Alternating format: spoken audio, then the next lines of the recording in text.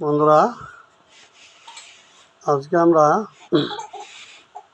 Medieval পিরিয়ডের একজন উল্লেখযোগ্য লেখক, শ্রেষ্ঠ লেখক,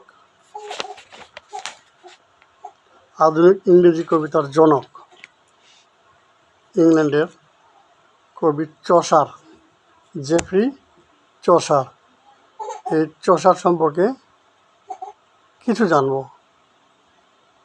মনে চেয়েছিল ইংরেজিতে বলবো, তো বাংলায় বলি। চসার 1340 খ্রিস্টাব্দে লন্ডনে জন্মগ্রহণ করেন। তার পিতা ছিলেন ব্যবসায়ী। 17 বছর বয়সে সরকারি চাকরিতে এবং 19 বছর বয়সে ফ্রান্সে ইংরেজদের সঙ্গে যুদ্ধ করে বন্দী হন। পরবর্তীতে সরকার তাকে 20 বছর বয়সে লন্ডনে ফিরায় নিয়ে আসেন এবং রাজার অধীনে কাজ দেন। সেখানে তিনি Duke of Lancaster, John of Gaunt এর পৃষ্ঠপোষকতা লাভ করেন এবং 30 বছর বয়সে ফ্রান্স, ফ্লান্ডার্স এবং ইতালিতে রাষ্ট্রদূত হয়ে যান। 34 বছর বয়সে তিনি লন্ডন বন্দরে controller of the customs of wool পদে নিয়োগ লাভ করেন। 36 বছর বয়সে কেন্টের নাইট উপাধি লাভ করেন। চসার যখন রিচার্ড II ক্ষমতা দখল করে, তখন খুব আর্থিক অবস্থা বা আর্থিক সংকটের মধ্যে পড়ে যান, কারণ তিনি চসাকে ততটা ভালো মনে করতেন না। পরবর্তীতে যখন আবার পলাতক বাদশাহ হেনরি IV 1399 সালে ফিরে আসেন, তখন চসারের আর্থিক অবস্থা মোটামুটি ভালো হয় এবং 1400 সালে তিনি মৃত্যুবরণ করেন। তো চসার একজন এমন লেখক ছিলেন যে তুলনা করা যায় না। তিনি জীবনযাত্রার চিত্র, মানুষের প্রাত্যহিক জীবনের আচার ব্যবহার, সর্বক্ষেত্রে সর্বদিকে এগুলোর উপর ফ্লো করে তিনি রচনা লিখতেন। যেহেতু তিনি বিভিন্ন দেশে গিয়েছিলেন, ওই সব দেশের জীবনযাত্রার সঙ্গে তিনি ভালোভাবে পরিচিত ছিলেন এবং খুব ডিপলি নিরীক্ষণ করে কিছু কুসংস্কারের সৃষ্টি হয়েছিল, কিছু এগুলোর প্রতি তিনি মোহচ্ছন্ন হননি। এভাবে তিনি সাহিত্য নির্মাণ করেন। তার কবিতার ছন্দ এবং নির্মাণ কাঠামো ছিল খুব সুন্দর, কোনো অতিরঞ্জিত ছিল না। তিনি অষ্টাক্ষরে এবং 10 অক্ষরের কবিতা লিখতেন।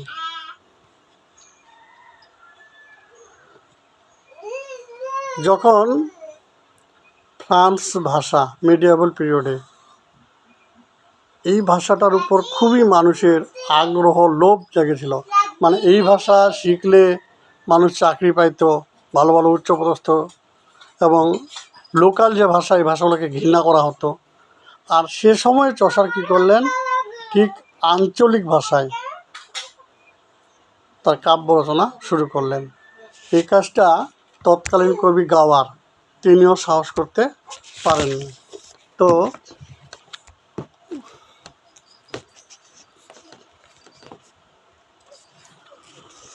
চসারের যুগে ফরাসি কাব্য অনেকটা নিষ্প্রাণ ছিল, আর চসারের সাহিত্যগুরু ছিলেন গিওয়াম দ্য মশাত। তার সাহিত্যের প্রতি তিনি আগ্রহী হয়ে সাহিত্য লেখা শুরু করেন। তিনি ছিলেন একজন রোমান্টিক কবি এবং যুগ উত্তীর্ণ কবি। তার কাব্যে, তার গল্পে এমন কোনো দিক নেই, এমন কোনো বিষয় নেই যেগুলো অন্তর্ভুক্ত করা ছিল না। যেমন পার্লামেন্ট অফ ফৌলেস বা ফৌলস নামে তার একটা বই আছে। এই বইয়ে তিনি এক রাজবংশের বিবাহ বার্ষিকীর ঘটনাগুলো উল্লেখ করেন রূপক অর্থে, এলিগরিভাবে। সেখানে এক বিরাট পক্ষী সম্মেলন আয়োজন করে, ঈগল অন্যান্য জাতীয় পাখিরা আসে, সেখানে এক বাগদান অনুষ্ঠান হয়। তার আরেকটা বইয়ের নাম হচ্ছে হাউস অফ ফেম। এখানে তিনি রোমান্স এবং বাস্তববাদিতার একটা সুস্পষ্ট সমন্বয় করেন।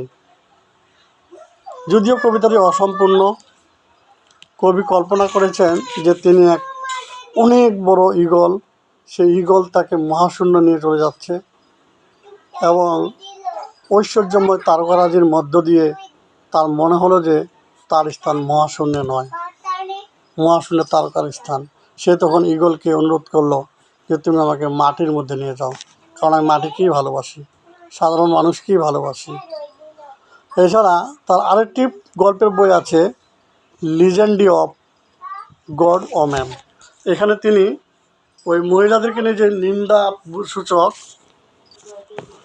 এই কবিতায় কবি স্বপ্ন দেখছেন, স্বপ্নে তাকে স্বপ্নের দেবতা কুপিড, স্বপ্নের দেবতা কুপিড কবিকে অনেক তিরস্কার করছেন এবং প্রেমিক বর্গের নিন্দা করে যে টোসা যে কবিতা লেখেন সেটার প্রতি কেন তিনি এরকম করেন। তাকে কুইন এলসিট তাকে পাপ স্মরণের উদ্দেশ্যে যে সমস্ত মহিলা প্রেমের আরাধনা করেছেন তাদের কাহিনী নিয়ে রচনা লেখার অনুমতিও করেন বা অনুরোধ করেন। কিন্তু কাব্য অসমাপ্ত হওয়ার পূর্বেই কবি অন্য গ্রন্থ রচনায় মনোনিবেশ করেন। চসারের সবচেয়ে গুরুত্বপূর্ণ যেই লেখাটা বা যে উপন্যাসটা, সেই উপন্যাসটার নাম হচ্ছে কন্টাবেরি টেল। কন্টাবেরি টেলে লেখক প্রায় 30টি গল্প, 30 জন বিভিন্ন পেশার মানুষের 30টি গল্প এখানে অন্তর্ভুক্ত করেন এবং এই গল্পগুলোকে তিনি স্যাটার হিসাবে উপস্থাপন করেন।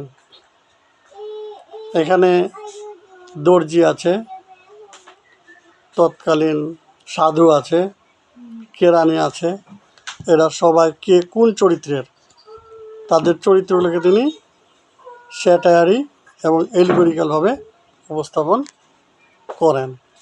তো আমরা বলতে পারি যে তিনি ছিলেন আশ্চর্য সহিষ্ণুতার একজন কবি, ধার্মিক, পাপী, ভালো মন্দ, খারাপ দুষ্ট সব চরিত্রকে নিয়ে এবং সমান সহানুভূতি দিয়ে, মমতা দিয়ে, স্নেহ দৃষ্টি দিয়ে তিনি কাব্য রচনা করতেন।